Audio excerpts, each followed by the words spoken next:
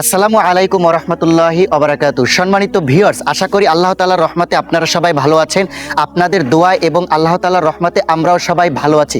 আজকে আপনাদেরকে আমরা এমন একটি তথ্য দেব, যে তথ্যটি শোনার সাথে সাথে আপনি আশ্চর্য হয়ে যাবেন। যে তথ্যটি হচ্ছে, আপনি আমি একজন ছেলে, আপনাদের জন্য আমার জন্য 10টি জিনিস হারাম, একদম হারাম থেকে হারাম, উপরে হারাম, বাহিরে হারাম, নিচে হারাম, সব জায়গায় এই 10টি জিনিস হারাম। জেনে নি সেই 10টি জিনিস কি কি। 1 নাম্বার হাত পায়ে মেহেদি লাগানো। 2 নাম্বার ফ্যাশনের জন্য নাক বা কান ফোড়ানো। 3 নাম্বার এক কালারের লাল বা হলুদ রঙের কাপড় পরিধান করা। 4 নাম্বার স্বর্ণ ব্যবহার করা। 5 নাম্বার হাফ প্যান্ট পরা। 6 নম্বরে চুল এবং দাড়িতে কালো রং লাগানো।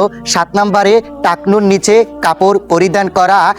8 নম্বরে মেয়েদের মতো চুল রাখা। 9 নম্বরে মেয়েদের মতো পোশাক পরিধান করা এবং তাদের ভেষ ধারণ করা। 10 নম্বরে সিল্কের কাপড় পরিধান করা।